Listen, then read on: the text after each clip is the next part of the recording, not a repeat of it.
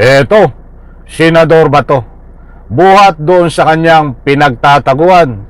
Naku po, ay humihingi ho ng tulong dahil siya ho ay nahihirapan na. Puyat, pagod, gutom ang nangyayari sa kanya dahil palipat-lipat siya ng pinagtataguan at pumapalag pa. Gusto ko po iparating sa ating mga kababayan na sana po tulungan rin kami mga Senator, at kayo po ay balita ko talagang puyat, pagod, pero Alright, welcome back to my YouTube channel. I'm Andy's Vlog. Ito, latest update tungkol dito kay Senador Bato na tago ng tago. Nako po, ay ano na nangyari kay Senador Bato buhat doon sa kanyang pinagtataguan sapagkat mga kaibigan ay humihingi ng tulong itong si Senador Bato dahil pagod na siya, puyat, ay mahirap humagtago. Nandiyan ang gutom, nandiyan ang pagod, nandiyan ang puyat. Siyempre, hindi ka makatulog dahil iniisip mo na ikaw ay huhulihin, dadamputin ng ICC Interpol at siyempre sa pangunguna sa tulong ng ating kapulisan na si General Torre. Kaya siguro ito humihingi ng tulong. Puyat, pagod, hindi makatulog dahil ayaw magpahuli sa ICC Interpol. Kaya't mga kaibigan, dito ho sa puntong ito, huwag po kayong alis, samahan niyo po ako. Huwag niyo pong kaligtaan, panuorin, pakinggan ang ibabahagi ko po sa inyo. Nako ho, ay napakarami niyo hong matutuklasan dito. Kung nakaraan, binahay ko po sa inyo na itong Senador Bato ay nagsusuot ho ng wig, kung ano na nilalagay sa mukha. Mga kaibigan, para lang hindi siya makilala, nagpipilo ka. Kulang lang ito'y magdastar. Baka ito'y nagdastar ngayon. Yung bistida ba o nagpalda para hindi makilala. Dahil ayan ho ang sinasabi niya nung nakaraan na talaga magtatago siya at magdi-disguise. Mga mahal kong taga-subaybay, sige nga, bago tayo magpatuloy, isang like ko muna sa video na ito kung nagustuhan nyo po.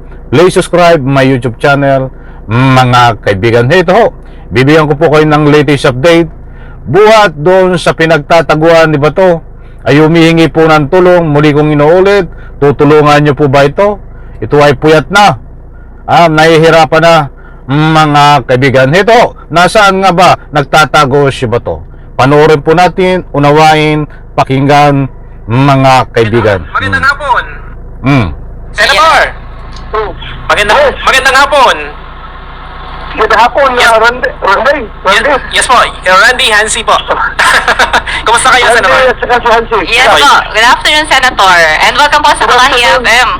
Ayan. Kumusta po? Bumati muna kayo, Senator, sa ating mga kababayan dito sa Mindoro. Sa ating mga kababayan dyan sa Mindoro, magandang hapon po sa ating lahat. Kumusta po kayo? Ayan. Marami po nagtatanong, ay kumusta daw ho kayo, Senator? Nasaan daw ho kayo ngayon at ano daw ho ang ginagawa ninyo? Ayan mga kaibigan, nasaan nga ba si Senador Bato? Ito po ay bago pa lang interview sa kanya by phone. Tinatanong ho dito kung nasaan itong si Bato.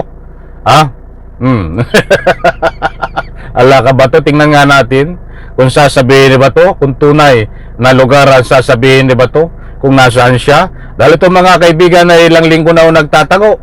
Dahil mismo muli kong lilinawin, disclaimer lang po, ito po si Bato, siya ang nagproklama sa kanyang sarili na siya ay hindi magpapahuli, siya ay nagtatago na dahil mayroon daw po siyang warrant of arrest galing sa ICC, na yan ang pinagbatayan niya simula nung mahuli si Digong na nagaling sa Hong Kong. Kaya siya hindi sumama sa Hong Kong, ay alam niya na mayroon siyang warrant of arrest. But in fairness naman mga kaibigan, hindi po natin masisisi si Senador Bato kung pinoproklama niya sa kanyang sarili na mayroon siyang warrant of arrest, sapagkat ang ICC ho ay kakaiba ang pagsilbi ng warrant of arrest. Hindi ho binubulgar. Halimbawa mayroong warrant of arrest si Bato, hindi ho sinasabi. Sa madalit salita, ang nangyayari ho dito kay Digong Duterte na bigla ang paghuli. Hindi po alam kung ng taong bayan kung may warrant of arrest, basta biglang ganyan din po ang mangyayari dito kay Senador Bato. Kaya't ngayon siya po ay nagtatago na, mga kaibigan. Ang palasyo ang sino mang kinaukulan dito sa ating Republika ng Pilipinas ay hindi umaamin na may warrant of arrest si Digong noon. Ba't nalaman lang po natin yung aktual na paghuli dito po kay Digong? Ganyan ang mangyayari kay Bato, kaya't hindi po natin siya masisisi kung sinasabi niya na mayroon siyang warrant of arrest at siya ay nagtatago na. Ay aba, ito pa mga kaibigan, pakinggan po natin buhat sa pinagtataguan ni Bato. Dito ako, umiikot ako na kahapon nandun ako sa South Cotabato, sa Pumulog South Cotabato. Pumuntada ako sa proclamation rally ng mga local. Hindi na po natin itutuloy ito mga kaibigan dahil kahit saan po ako umikot na malaking extra media, social media, itong sinasabi ni Bato kung nasaan siyang lugar ay wala pong katotohanan. Basta't siya pag sinabing nasa ganitong lugar ay wala po dun yan mga kaibigan. Basta't ang sabi nga ng mga nagbibigay ng public opinion sa madaling salita, ito po ay nandoon sa lugar na kanyang pinagtataguan. But Beno, ayaw ko naman pangunahan ang sino man na mga kinaukulan kung saan siya nagtatago mga kaibigan. But nakakuha po tayo ng impormasyon. Muli kong inuulit yung mga sinasabi ni Senador Bato na kung sinasabi niya nandito ako sa ganun lugar, wala po dun yan mga kaibigan. Isang tactics, isang estratehiya na ligawin ang mga humahabol at nagbabantay sa kanya o nagmumonitor kung mayroon man mga kaibigan. Heto pa, tuklasin po natin kung paano humingi ng tulong itong si Senador Bato buhat doon sa kanyang pinagtataguan. Sabi nga niya, humihingi siya ng tulong. Ito po, mga kaibigan, ibabahagi ko po sa inyo. Nako, Natin, may mga lugar na sa ating bansa na kontrolado na ng mga groups. Sila na ang may hawak sa politika ng kanilang lugar. Sila na mag-decide kung sino pwede magiging gobernador, magiging congressman, magiging mayor, ano daw? konsehal, dahil sa kanilang inurmos resources galing sa illegal drugs. Iniiba nitong usapan Kailangan talaga mahinto yun kaya ginawa natin ang war on drugs. Otherwise, kung narco-state na tayo hindi namin ginawa nito ang dito yung war on drugs. Yes. So, Senator, panghuli na lang po, ano po yung mensahe ninyo para po sa lahat ng mga taga Mindoro and of course sa lahat po ng Pilipino? Baka may gusto pa siyang sabihin. Yes. Na hindi. Ayan mga kaibigan, tingnan po natin kung anong sasabihin niya dito. Dahil dito ay humihingi siya ng tulong. Tutulungan niyo po ba ito? Mga kaibigan, ito po, ibabawi ko po sa inyo. Buhat dito sa pinagtataguan si Bato ay humihingi po ng tulong. Ito. Hindi namin natanong. Gusto ko po iparating sa ating mga kababayan na sana po tulungan rin kami magdasal na maibalik natin si Pangulong Duterte dito sa ating bansa.